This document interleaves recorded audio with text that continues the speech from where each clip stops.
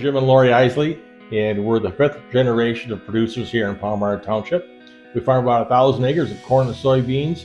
Jim and I met when we both attended Michigan State University. We got married shortly after graduation. I got a teaching job right here in this community, and then we started farming on our own, and the rest of it, I guess, is history.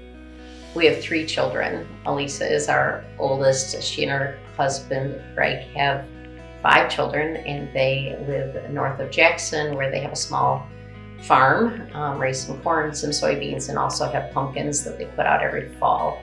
Our middle child is Lucas. He and his wife Jess live in Memphis, Tennessee.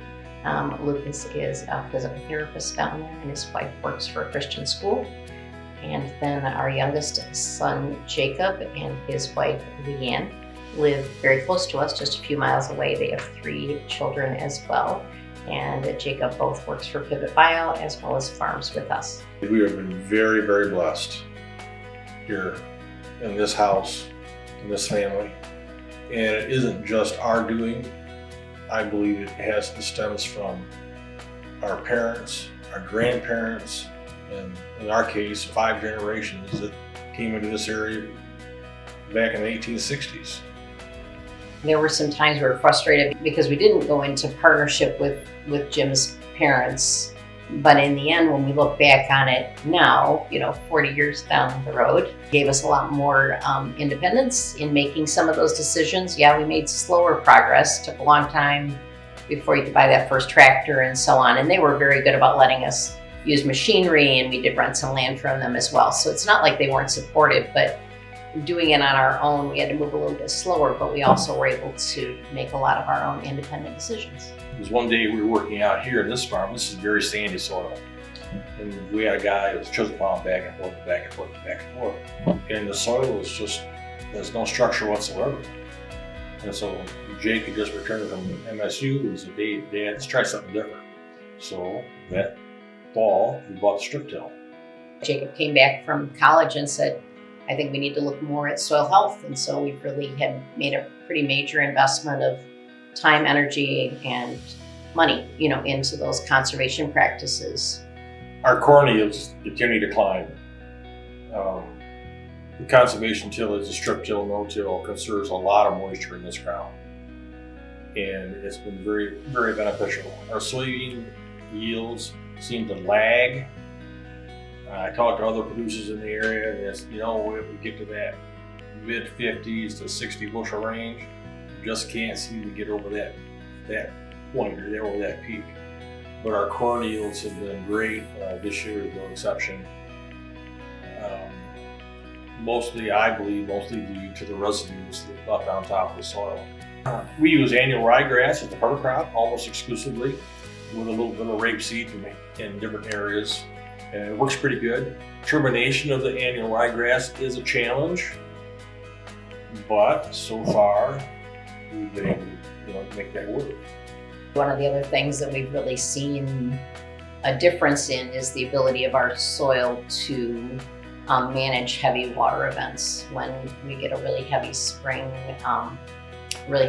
rain, that just the fact that you've got that extra structure there, and with residue there, that you can go from one side of the road to the other and see some of these tilled fields, and they just have these huge lakes of sitting on top of that soil, whereas ours is, because of its structure, really pulls that in, and we think also holds it in that position so that later, if we do get a dry spell, because we do no irrigation, so if we get a dry spell, then it has that available moisture from there. I think we've also, because we have a 30-year-old involved in it, we do a lot of technology. So using that precision ag is also certainly a benefit in managing how much fertilizer we're using, and being able to use that technology to not overplant, or to be able to look at different parts of the field and use the data that we collect to actually inform our decisions. I think a lot of farmers out there collect data, but they don't necessarily know what to do with it. And so we work really hard,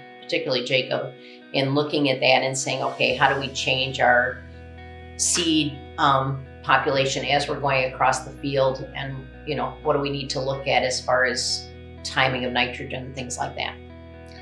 Our use of cover crops I take a look across the road here, a quarter of a mile to the north, and our neighbor now uses cover crops. We didn't a couple of years ago. And I mentioned you watch what works other guys do, and maybe try to repeat that. And so I look around, and there's a lot more cover crop around in the last couple of years than there had been in the past.